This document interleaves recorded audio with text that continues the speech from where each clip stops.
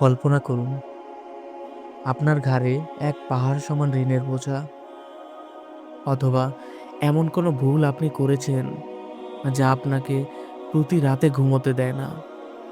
আপনি চাচ্ছেন কেউ একজন এসে আপনাকে বলুক, যাও, তোমাকে ক্ষমা করে দিলাম। ঠিক এমন একটি সুযোগ নিয়ে প্রতি বছর আমাদের জীবনে আসে শাবান মাসের 14 তারিখের রাতটি।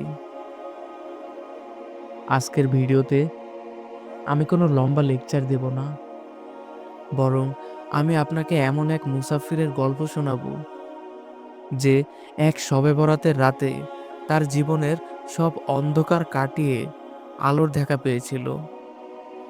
সেই মুসাফির হয়তো আপনি, কিংবা আমি নিজে।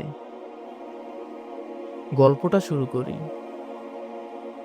আজ থেকে প্রায় ১,৫০০ বছর আগে, মদিনার এক নিঝুম রাত, আম্মাজান আয়েশা রাদিয়াল্লাহু তাআলা আনহা হঠাৎ জেগে দেখলেন পাশে প্রিয় নবী হযরত মুহাম্মদ সাল্লাল্লাহু আলাইহি ওয়াসাল্লাম নেই। তিনি চিন্তিত হয়ে খুঁজতে বের হলেন। খুঁজতে খুঁজতে তিনি পৌঁছালেন জান্নাতুল বাকিতে। দেখলেন নবী করিম সাল্লাল্লাহু আলাইহি ওয়াসাল্লাম আকাশের দিকে হাত তুলে রোনা জারি করছেন।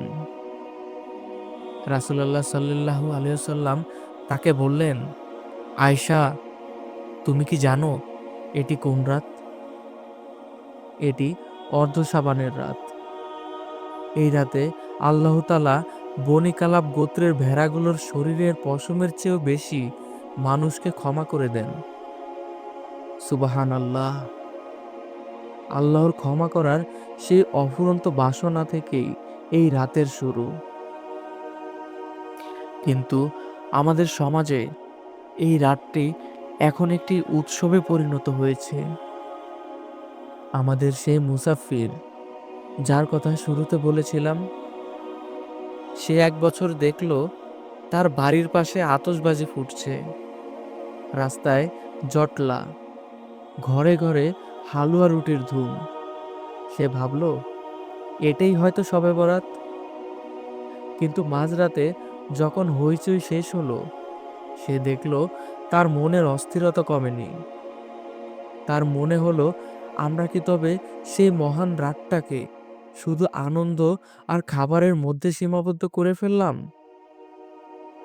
বন্ধুরা, মহান আল্লাহ তাআলা এই রাতে ক্ষমার ঝুলি নিয়ে ডাকতে থাকেন, অথচ আমরা সেই ডাক শোনার চেয়ে আতশবাজির শব্দ আর খাবারের আয়োজনে বেশি ব্যস্ত থাকি। আমাদের নবী সাল্লাল্লাহু আলাইহি ওয়াসাল্লাম কি আমাদের এমন শবে বরাত শিখিয়েছিলেন? গল্পের সেই মুসাফির পরের বছর স্থির করল সে সেই রাতটি অন্যভাবে কাটাবে। সে কোনো জটলায় গেল না, মাঝরাতে উঁচু করে জায়নামাজে গিয়ে দাঁড়ালো। তার কোনো নির্দিষ্ট নিয়ম জানা ছিল না, শুধু জানতো আল্লাহ তাকে দেখছেন।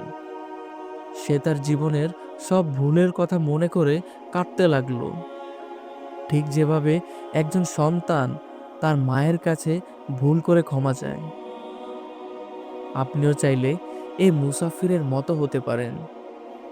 এই রাতে আপনার ডায়েরিটা নিয়ে বসুন, আপনার ভুলগুলো লিখুন এবং আল্লাহর কাছে সেগুলো থেকে মুক্তি চান। দীর্ঘ সেজদায় গিয়ে আপনার মনের সব জমানো কথাগুলো বলে দিন। বিশ্বাস করুন, সেই কান্নাই আপনার জীবন বদলে দেবে। শবে বরাতের সেই রাতের শেষে যখন ফজরের আজান হলো, আমাদের গল্পের সেই মানুষটি অনুভব করলো তার মনটা পাখির মতো হালকা হয়ে গেছে। সে বুঝে গেল ক্ষমা পেতে রাজকীয় আয়োজন লাগে না, লাগে শুধু একটি অনুতপ্ত হৃদয়। আসন্ন শবে বরাতে আপনিও কি সেই প্রশান্তি খুঁজে নিতে চান? মনে রাখবেন, রাসূলুল্লাহ সাল্লাল্লাহু আলাইহি ওয়াসাল্লাম বলেছেন, আল্লাহ সবাইকে মাফ করলেও মুশরিক আর হিংসুককে মাফ করে না। তাই আজই মন থেকে হিংসা ধুয়ে ফেলুন।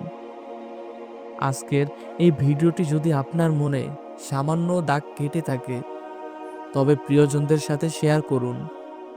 আল্লাহ আমাদের সকলকে ক্ষমা করুন। আমিন।